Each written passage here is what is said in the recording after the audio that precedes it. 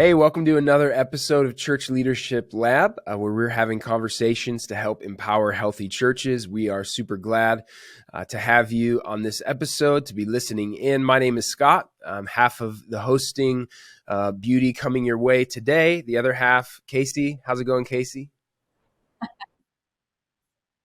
It is I almost said happy Friday, and then I Yep. realized it could be any day of the week, but currently at this moment, If to me, happy Friday or Yeah, whatever day if you're you are choosing to listening on listen a to this to. Friday, this episode will be even better just because you get to hear Happy Maybe. Friday.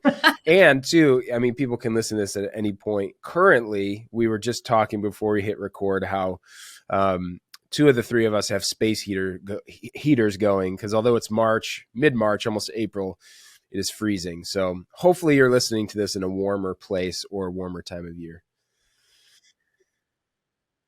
Somebody's listening Yeah. at like 100 degrees in July on a Wednesday. And I they're would like, what are kill these for a guys space doing? heater or to need a space heater right now. I'm living in a space heater. Well, we're excited Exactly. about our conversation today. We have on the show Jacob Shipley. Jacob is an expert in all things social media. So if you want to learn how to do social media well, all you have to do is listen to this episode and you will be perfect at it. I'm just kidding. Jacob's an expert at all things social media. He currently works in digital customer experience with Tyson Foods. Previously worked for the YouVersion Bible app, where he took their Instagram account and grew it by 2 million followers in 2 years. And so he knows a ton about what it looks like to show up on social media. He consults with churches, ministries on social media best practices, how to treat social media as a ministry. And so we are excited to jump into those things today. Jacob, how's it going? Good, man. Thank you guys so much. I love social and I love the local church. So anytime those two things can Yeah, intersect, awesome. I'm all about Awesome. it. And that's why, we wanted to have this conversation because I think it's something that church leaders have probably have a lot to learn about. I know that I do. So, well, I know that we talked a little bit about your bio, your public bio. We ask everybody this question, though. There's always something that doesn't make the public bio that all your friends, your family would know about you. So for you, what is that thing?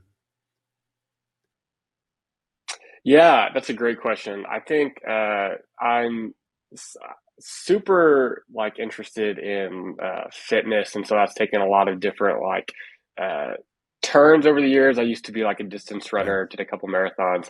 Lately, it's just hitting the gym, over my lunch hour. But that's a super important that's part awesome. of my That's life as awesome. well. I love how nonchalantly he's Yeah. like, ran a couple Well, they were marathons. Like, they were really slow. I for promise. them. They were Yeah. It's like, unbelievably just slow. hanging out in the morning. I don't think Yeah. that does Grabbed a not. Subway sandwich, ran a couple marathons, whatever. Shout out Subway again, by the way. No biggie. Awesome. Well, hopefully this won't be as exhausting as running a marathon. Yeah. Fingers crossed. Fingers crossed. I love it. Well, what I would love to jump into, just kind of a starting point for our conversation, is regards to the approach to social media. I think it's common for churches to approach social media kind of as like another version of the bulletin, right? Shout out to the churches still printing their bulletins. Sure. And so, it's really Yeah. kind of, hey, we need to make announcements, that sort of thing. So, given your experience, given how much you've done, given your knowledge, is that an effective social strategy? Where does that fall short? Like, I'd love for you to just kind of speak to that. Yeah, when it was the bio was very kind in saying that grew YouVersion social by 2 million in 2 years, but I don't want to take credit for that. I think that was impossible anywhere besides YouVersion and Life Church, just because of the culture there, focused on innovation and reaching people. One of their, Craig Rochelle always says one of the core values is we'll do anything short of sin to reach people who don't know Christ. And I think that value is the reason not because of anything special or incredible I did, but that value lived out in social media is what caused that exponential growth. And so I think to answer your question, is that an effective social media strategy? I don't think it's ineffective. I think that's definitely a part of social strategy, right? If people are going to your social to find out about the the events of the church or things like that, I don't think that's bad at all. But I think what really marks an effective church social media strategy or nonprofit social media strategy is when you shift from viewing social media as a tool to promote the ministry and start viewing it as an arm of the ministry.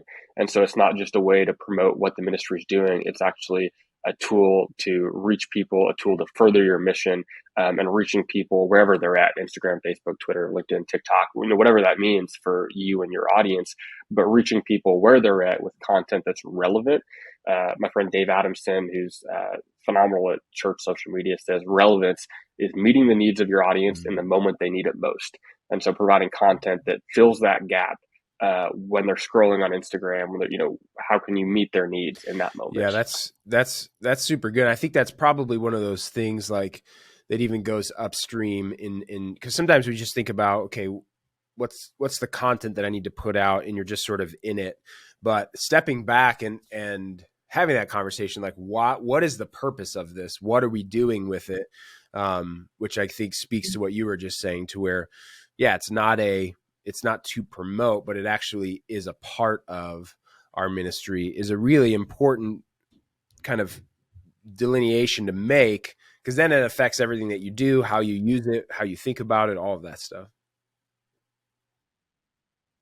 Yeah, absolutely. I think that's, when you see churches that are really, it, it's not an either or, it's both and, right? Of using, you're obviously going to use social to promote what's the in-person, but using, online or digital to augment that, can be incredibly effective for sure.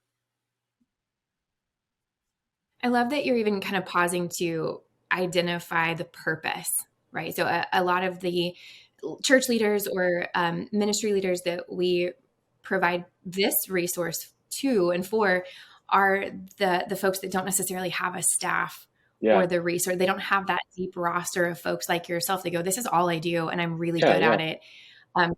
They're looking at a Life Church or a U version as, what do I do? Where do I begin? So a lot of that is imitation in a positive way, but even pausing to say, here's why we do this.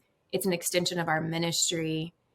That I love that we're even identifying that first and foremost, not just for social, but really any digital content. This is not just content. It's an extension of our ministry, and it has an engagement purpose. I kind of love that you're even starting at that point before even getting into the nuts and bolts of the how or the why. That's a really cool distinction. Yeah, absolutely. I mean, I think that's like, when you have a big enough why, the how becomes a lot easier, right? When you know why you're accomplishing what you're trying to accomplish. Absolutely. Well, like for those leaders who are ready to kind of invest, like truly invest either in time or resources expense, what are, in your experience and your expertise, what are some of the things that they might be cautious or look out for I'm investing in social media? What are the things you say, hey, be careful of these things as you're developing that investment strategy? Yeah, I think a few things. I think one thing that's going to be super important is paying attention to one, what content do you already have, right? So working more efficiently, not everything needs to be, you don't need to hire, you can, like when I was at Life Church, we had a filmmaker, a graphic designer, a writer, we have these siloed, really specialized roles, but that's not necessarily something that like you need to go out and do on day one. Or if you're a smaller church, like where that's not even possible, like I sound crazy saying like, all the different positions, like it's totally doable to take the content you have currently, whether it be sermons or, video recording, whatever content you have. And then how can you package that in a way the algorithm wants to receive it? And so that's where it takes a little bit more nuance, a little bit more effort to really understand the platform. But I bet everybody listening, if they're a pastor or a marketer, you probably have somebody in your church that's probably pretty passionate and pretty good at this, that's interested, and they know what kind of content pops on TikTok, or they know what an Instagram reel should feel like. And so kind of combining those things of what content do we already have that we can just repurpose, maybe find equipping a volunteer that really would be really excited about working on something like this. How can we package that content in the way the algorithm wants to receive it, so it has the maximum chance of blessing the most amount of people? When you think about, like, I absolutely loved working at Live Church and YouVersion. It was incredible. But on that scale, it's reaching a much broader audience. But like some of these small churches that are in maybe a more rural area or a smaller town, like nobody is more positioned to reach that community than these small churches, right? Like Life Church isn't in one of those the small towns. Like they're not going to create content that's relevant and that fits what those people are expecting and that fits their context, like a small church that's planted there can do. So I think those are kind of the things to kind of think through of how can I take existing content, maybe equip a volunteer and package that content in a way that's going to succeed on these platforms. I love that you're defining relevance in that way. Yeah, for sure. You're good. I was just curious because you made a comment about the content you already have, but then understand maybe how can you take that to like play well on that channel. Could you give an example of that? Like, let's say, you're overseeing social media for a church in one of these towns that we're talking about. Like, how would you do that? Yeah, for sure. So if you have a lot of churches changed their theology on church online when March 2020 happened, right? So we're all kind of on board now. But you'd say most every church is probably recording the sermon in some form or fashion, right? So, but even if you're not, have a teenager with a nice iPhone set up an iPhone, recording a sermon, right? And so then you can clip that down to like a whole sermon filmed horizontally, posted on Instagram. Probably is not going to bless a lot of people. You're not going to impact, a lot of people in that way. But what might be really effective is taking, a vertical clip that's 30 seconds that really is like one of those like solid nuggets of the sermon where you're really have a point or a verse or something that's really getting right to the meat of what you're trying to say. And then you post that as a short form video. So Instagram Reels, you might run it through like Descript, which is like a captioning software where you put like captions that feel authentic to social media. It feels like it was edited for the platform. And then you post that on Instagram Reels, YouTube Shorts, even TikTok.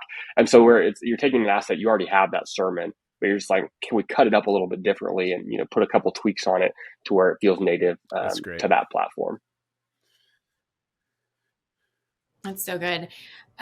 You've said some scary words like algorithm. What is the algorithm? Who owns it? Can we see it or ever? Probably not. But for those that like things like that are kind of overwhelming, they're a little out of reach. They feel too big to wrap your mind around, but they are ready to get started. They're saying, hey, I'm going to start small. I'm going to take this really good start with the content I already have. I'm just going to get started. What are some of the ways that pastor, that leader could define, hey, this is working. How can I measure success?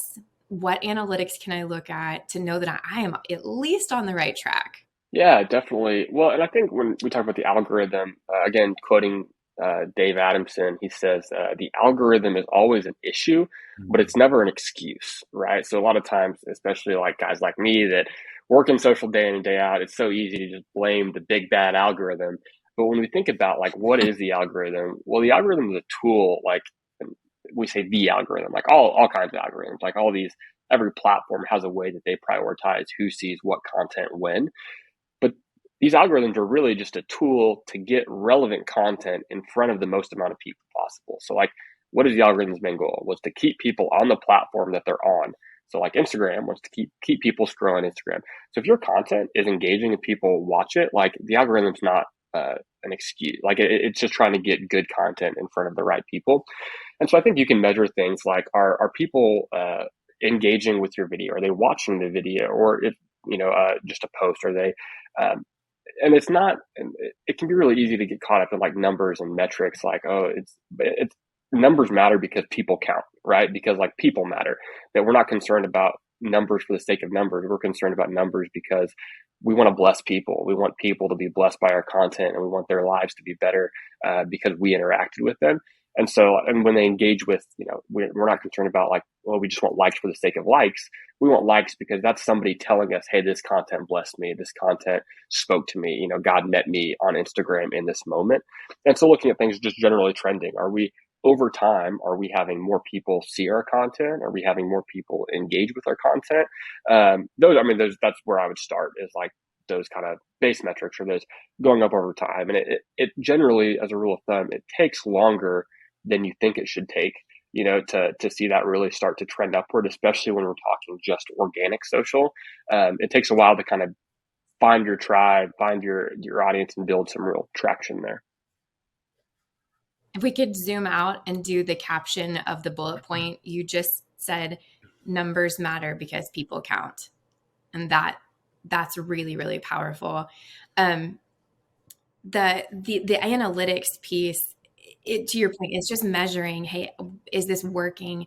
I'm curious if, on a really, really practical way, the big bag algorithm seems to change. Is there a really practical way that anyone can follow platform to platform? Here's the update, here's the change, here's what has shifted. Perhaps, I mean, you mentioned Instagram, it used to be whatever, now it's chronological, and then it went back. And like, how can anybody even know what is being measured platform by platform over time? As a general rule of thumb, the most effective thing you can do is invest in whatever that platform is launching, right? So like when Instagram carousels first came out, that's been a minute, but a carousel is just like a multi-image post that you can swipe through on Instagram, right? When that first came out, accounts were blowing up off of carousels, because Instagram, when you think about, like, when they launch a new feature, they're really invested in that feature succeeding. So they're going to prioritize content creators or accounts that use that feature. So, and when the Reels came out, like, obviously that's been a minute now, but there were accounts that went from 0 to 100,000 in 6 months because they posted a reel every single day. And Instagram was really investing in short form video content. And we're still riding that wave, right, of YouTube Shorts, Instagram Reels, Facebook Reels, that I think they might be phasing this program out right now. But for a while, Instagram was paying content creators to create Reels because they want original content on their platform to get people invested in watching content there. So like, that's a big signal too, right? Like, if you just read somewhere, hey, Facebook is paying $10 million to creators to create original content. Okay, well, that's a good sign that they're going to prioritize that content. They really want that to succeed. Just watching out for, like, what are the new features? What are they investing in? Generally, like, and then just best class, like, what are other creators doing? Just, I hate to say just scroll on social media, but scroll around a little bit and you'll see, okay, like, I'm seeing these themes, these kind of things seem to pop up over and over again. Let's test out and see if that works for us. Yeah, well, that's good. In thinking of all this, I know one thing that, especially for a church that the bandwidth isn't that high, they don't have, the staff that some other church might do. One of the things that could be overwhelming is kind of the consistency needed, because I do think everything that you're talking about and all, like, there does have to be kind of an element of consistency, because if you're posting once every other month, it's probably not a whole lot that's happening from that. So knowing that, how can churches be consistent in what they post without maybe adding a ton of extra work on their plate, needing more staff, stuff like that? Yeah, I think where I would start probably is seeing, is there somebody in our church that is really excited about this, that would be willing to volunteer and give their time, and equipping them to take some ownership and really kind of run that. I think there are also answers, like, there are some really cool AI tools that really kind of are starting to bridge that gap between the effort needed to create really quality content. So I think there's some implications there, but also repurposing content. When I was at YouVersion, when I started, we were posting once a day, and to some people that might sound like, wow, you're posting every single day, but it was, we had one piece of content going out per day. We slowly over time built that up to 8 posts per day across every channel. So we were posting every 3 hours, as we kind of tried to cultivate a global audience. We wanted to be posting no matter where you were in the world, you were getting, new content all the time.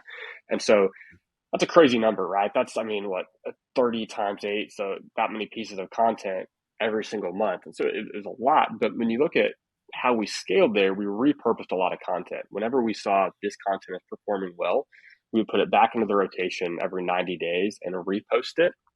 And so that's like over time. That's not an answer to your question like Mhm. tomorrow, how do I post consistently? But if you can post really consistently for a few months and you build up this log of content, whether it's sermon clips or photos or quotes or whatever your content is, whatever you find your audience really engages with, reuse that content. If it's good content that blesses somebody, they're not going to be mad that they saw it 3 months ago. And probably the way the algorithm works, Yeah. almost nobody's going to see it twice. But if they do, they're not going to be mad like, oh man, like this church just like Yeah. blessed me Really ruined twice my in a row. You know what I mean? Friday. Like it's you're How dare they? exactly. If it's good content, Yeah. people won't care if they see it twice. So I'd say repurposing content is probably the one of the best strategies when you're thinking about how can I maintain consistency in the long run. Go ahead, Casey. I want to create an inbox for the people who are mad that they got blessed twice. Yeah, yeah. Like everybody loves feedback. I want a special inbox for like, I blessed you twice and you're not okay with it. Just give your email, Yeah, exactly. I feel like, and you can go from there. I think that repurposing piece is really important because honestly, sometimes people just need permission to say that's okay. Like that's actually good to do. Absolutely. It's a smart strategy. Yeah. It is it's stewarding well too, because the resource, whether it's time, whether it's money, whatever, went into creating that piece of content, even if it's the time that, pastor took to write the sermon, whatever. And so, yeah, this is your official permission slip to repurpose that content and to use it more than, one post. Yeah, absolutely. But that's where you're taking it beyond the bulletin and just that, the potluck picnic is on Saturday content to engaging an extension of your ministry content. Repurposing that is repurposing, like you said, a blessing. It's the gospel, an extension of your ministry, not just an announcement. You wouldn't announce the same thing 90 days apart. Yeah, but something that's of purpose, engagement. No reason not to duplicate that. Yeah. Well, one thing that we like to ask every guest that we have on here, again, our goal is empowering healthy churches. And so for you, when you think about it, what is one essential component of a healthy church? Yeah, I think, as a self-proclaimed social media guy that's like tries to be a little forward thinking in how we reach people, I think just like we talked about at the beginning, the heart of we just want to do anything short of sin to reach people who don't know Christ. That mentality of whatever tool, whatever tactic, maybe for us it's social media, maybe for us it's not, but whatever is that, whatever is standing in between you or is the church and reaching unsaved people, lost people. I think just that heart is really, to me, that's one of the most important, components of a really thriving church. That's awesome. Well, let's jump into our final 5. These are going to be a little rapid fire. We'll go through these and would love to hear your answers. So one book that you'd recommend to church leaders. Yeah, without question, no hesitation. It is Meta Church by Dave Adamson. And I've quoted him like 3 times in this episode. He was like the 8th online pastor in the world. And he spent about a decade working for Andy Stanley at North Point Ministries as the social media pastor. And the way, he was just like one of the first people to think like, how does social media and church intersect? And the way he thinks about that is incredible. And so the book is Meta Church, META Church by Dave Adamson. And really just like outlines the why, the what, and the how of church online, social media. How can churches use, kind of everything we talked about, but laid out much more eloquently and much more practically and effectively. So that book is absolutely phenomenal. All right, Jacob, what is the last thing that you listened to on Apple, Spotify, whatever? Yes. The last thing I listened to, okay, so I'm reading a book on Audible right now called Strong Fathers, Strong Daughters. I've got 2 little girls, 1 more on the way. And so I've just been thinking about how do I, as a dad, influence my girls, to love Jesus. So, do you know if number 3 is also a girl? It is a girl. So I'm gonna 3 girls, and our dog is a girl. So I am severely outnumbered. I'm in a similar boat. 2 girls, and the dog's even a girl too. So I'm not a father, but I heal you and send you all of the support and I support to your wife I as have well. So two girls, and excellent my dog is recommendation. a girl as well. I do have a son though as well, so I have a compadre in the house. Look at that. Wow. All right, Jacob, for a tech guy yourself, what is your favorite piece of technology? My favorite, I just started on this tool called Motion that's like a calendar app. So it kind of replaces like Calendly, but it also, what's really cool is it uses AI. So I plug in like, here is everything I need to get done. Here's like the priority it's at. Here's when I need to get done by. And it looks at my work calendar, my personal calendar, and it just like, it just like spits out a calendar that tells me what to do when. And the way my brain works is like, if I don't have something on a piece of paper saying, do this right now, it doesn't get done. So that's been super effective for me. So Motion is, my favorite piece of technology right now. If there's no other reason you were on the show today, that was for me. And I am adding that the second Nice. week, which I need all the time. I want to make sure that it makes the noise though. Yeah, absolutely. That was me. Right. It doesn't actually make the noise, but yeah. I don't want it. I don't want it. All right, I'll come up with a sound effect of my own. I can work with that. Last one for me, and I'll throw it back to Scott. What is a quote or piece of advice that has stuck with you over the years? Yeah, I ran cross country all through high school, and the coach was a guy named Tim Nixon, and he always liked to say, "I'm not using I'm not using I want to get this right. He said, I'm not using kids to build a running program. I'm using a running program to build kids." And so that's like, he was a super strong Christian, and he's a great guy. But my favorite quote is he always just said over and over and over again, he said, hard work changes things. And so I think that's been like, whenever I'm doing something I don't want to be doing, whether it's at the gym or at the office or at home or whatever it is, just like knowing that the magic pill you're looking for is usually in the hard work you're trying to avoid. And so for me, it's just like remembering, Coach always said, hard work changes things. That's good. I like that. What is last one here? What is one thing you'd like to communicate to our audience of church leaders?